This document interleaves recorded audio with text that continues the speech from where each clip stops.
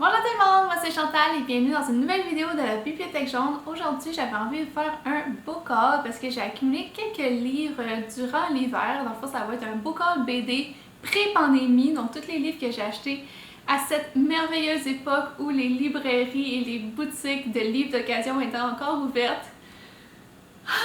Je suis vraiment nostalgique en ce moment. Mais bon, on va essayer de garder notre mal en patience et espérer que ça ouvre bientôt. Mais en attendant, n'oubliez pas que vous pouvez faire vos achats sur le site leslibraires.ca. Là, je suis vraiment pas payée pour dire ça. Mais c'est vraiment une plateforme que j'encourage parce que dans le fond, quand vous recherchez sur cette plateforme-là, ça va aller chercher des livres directement chez les libraires indépendants. Donc ça va être eux qui vont vous faire parvenir les livres. C'est une manière d'encourager les petits commerçants. Et je trouve que c'est vraiment la meilleure période pour le faire. D'ailleurs, à partir d'aujourd'hui, je vous annonce que je vais mettre les liens vers le site des libraires pour chaque livre dont je vous parle. Donc on va commencer tout de suite. J'ai reçu quelques services presse. Il y a Interforum Editis qui m'a envoyé 4 livres et je suis super contente parce que c'est toutes des sorties que j'attendais. Donc ici, j'ai le 3e tome de Magus of the Library par Mitsu Izumi chez Kiyun. Et je suis vraiment contente parce que j'attendais cette sortie avec grande impatience puisque le tome 1 avait été une super bonne lecture. Le tome 2 a été un énorme coup de cœur et là j'en attends rien de moins du 3e tome. J'espère que ça va être encore meilleur que les 2 premiers si on suit la logique qui s'est déroulée jusqu'à maintenant. Ici, on est dans un monde inspiré du Moyen-Orient avec des créatures fantastiques, vraiment dans un monde de fantaisie imaginé de toutes pièces. On va suivre un jeune garçon qui est pas tout à fait humain, mais ça, je vous le laisse découvrir. Ce garçon-là est complètement obsédé par les livres. Il va faire la rencontre de Kauna, qui sont des espèces de bibliothécaires, des gardiennes des livres. Et à partir de ce moment-là, il va vouloir devenir bibliothécaire. Donc, il va se rendre dans le 2e tome à la grande bibliothèque pour passer l'examen pour devenir Kauna. Et on s'arrêtait dans les dernières pages du 2e tome sur l'examen d'entrée à cette bibliothèque-là. Donc, on va savoir le déroulement de ces événements-là dans le 3e tome. J'imagine qu'on va continuer les épreuves d'entrée et je suis vraiment impatiente de savoir ce qu'il en retourne et si le petit Shio va être accepté comme Kauna à la grande bibliothèque. Ensuite, une lecture un peu plus légère qui se passe dans notre monde en Finlande. Je pense que ça va être assez mignon, assez cute puisqu'il s'agit du 1er tome de Supinu par Yuori chez Komiku. Et Supinu, c'est cette petite boule de poils-là dont on ignore complètement l'origine et je pense que ça va être un peu ça, le récit, savoir quelle est cette créature et d'où elle vient et suivre ses aventures avec ses 2 nouveaux propriétaires. Je suis très hâte de découvrir ça. Comme je disais, je pense que ça va se lire assez vite. Je pense que ça va être un bon moyen aussi de décompresser entre 2 grosses briques de fantasy comme je les aime, mais ça fait toujours plaisir d'avoir une lecture plus légère à se mettre sous la dent entre 2 gros tomes de saga. Ensuite, un autre 1er tome de série chez Komiku, il s'agit de Tempête de cristal par Aki Awa. Ici, le concept m'intriguait énormément puisqu'on va avoir droit à de la magie, une certaine magie que j'ai jamais vue avant.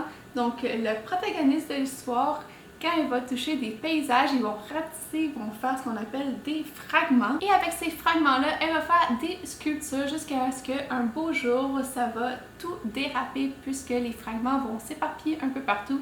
Et j'ai bien hâte de voir ce qu'il en retourne. Est-ce que ça veut dire qu'il va avoir tous les paysages qui vont redevenir de la bonne grandeur et qu'elle va se retrouver dans un monde un peu sans dessus-dessous?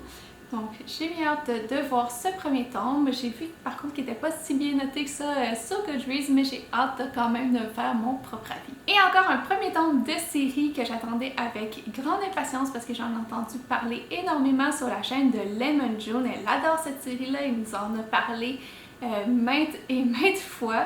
Il s'agit du 1er tome de Aria de Masterpiece par Kozue Amano chez Kiyun. C'est une réédition et j'étais vraiment surprise déjà quand je l'ai reçu de la taille du livre et de l'épaisseur. Donc ça va être une bonne lecture en manga. Je pense que j'ai jamais lu un manga qui était aussi gros.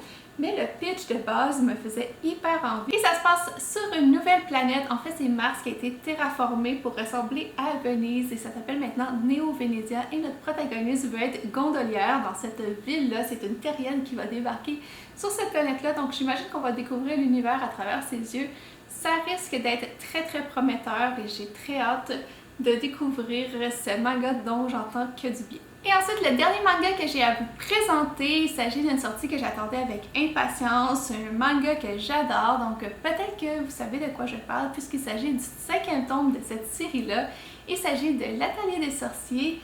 Ici, c'est par Kamome Shirahama chez Pika. J'ai toujours pas lu ce tome-là, mais ça ne saurait tarder puisqu'il m'intéresse énormément. J'ai très hâte de savoir la suite des aventures de notre petite Coco qui, dans le premier tome, apprenait un peu à faire de la magie par elle-même, mais à ses dépens, puisque seuls les magiciens expérimentés peuvent faire de la magie et par mégarde, elle a pétrifié sa mère.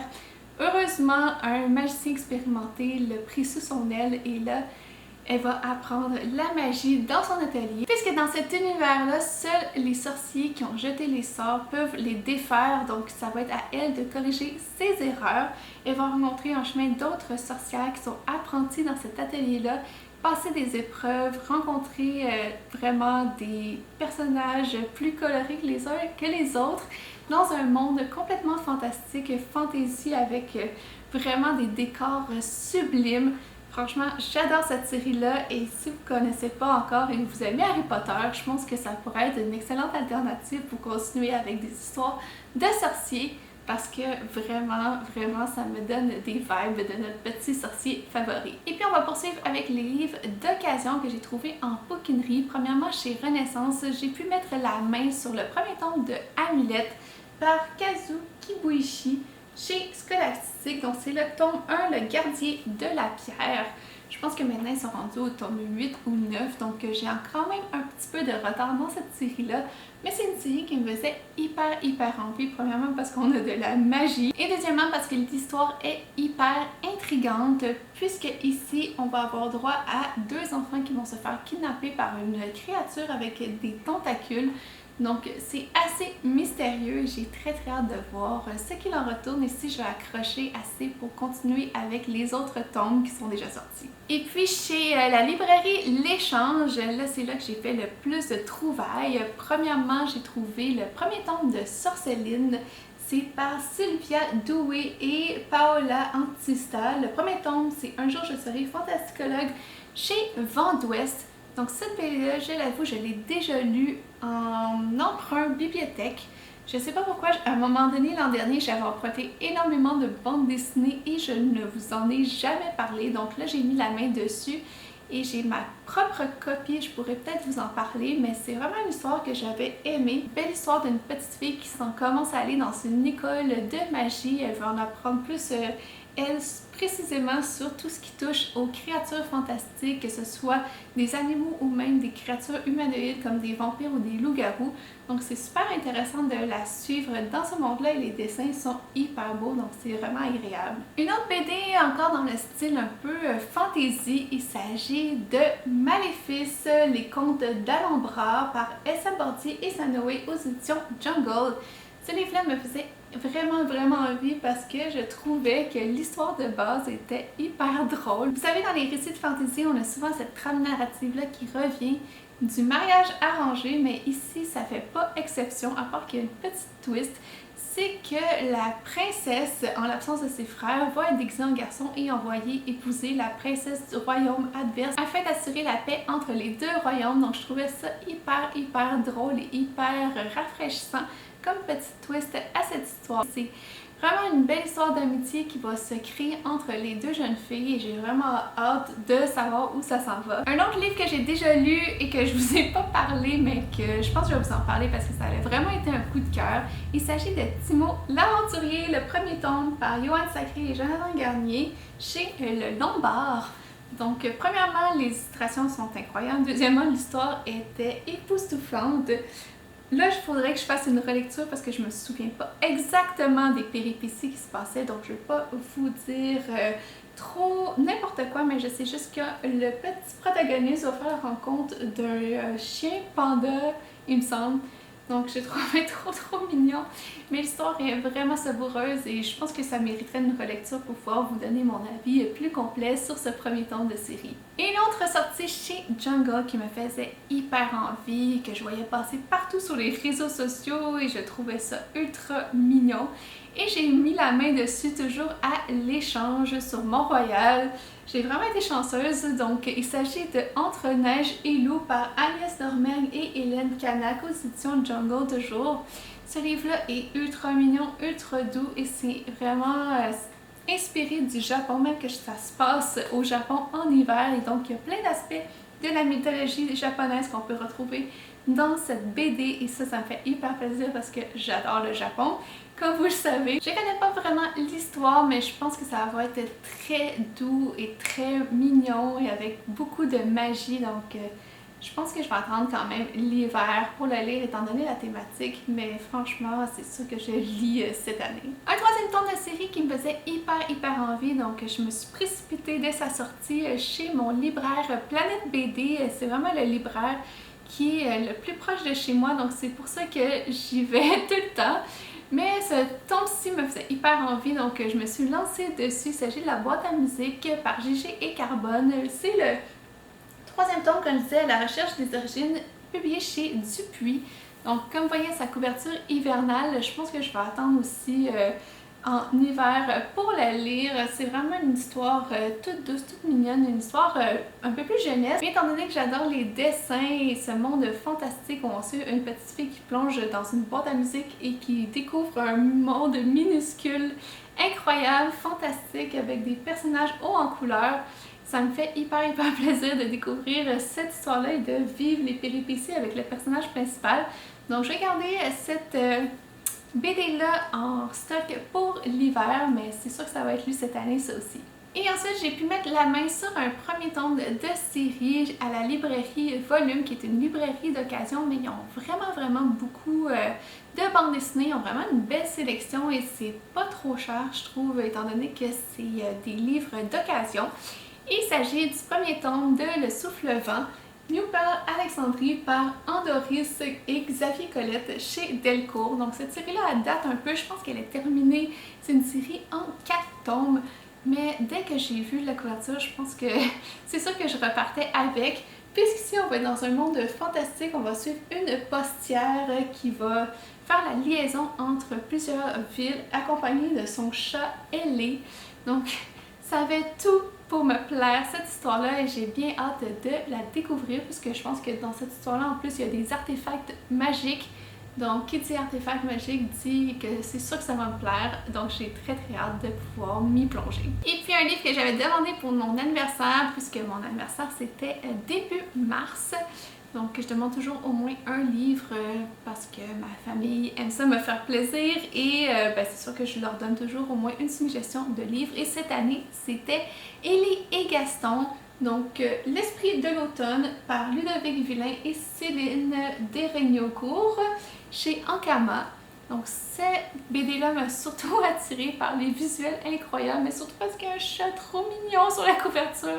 C'est une BD jeunesse, je sais pas trop de quoi il en retourne, mais il y a une super vibe automnale dans les dessins, donc c'est sûr que je vais la garder pour un petit peu plus tard, étant donné que là l'été s'en vient, c'est pas trop la saison, mais j'ai très hâte de m'y plonger et je pense que ça va être une lecture doudou, une lecture feel good et j'ai très hâte de voir de quoi il en retourne. Et ensuite un livre que j'ai reçu à Noël, un livre qui me fait vraiment envie d'ailleurs, je sais pas quand je vais le lire, pour vous dire que je l'ai déjà lu mais dans un autre format.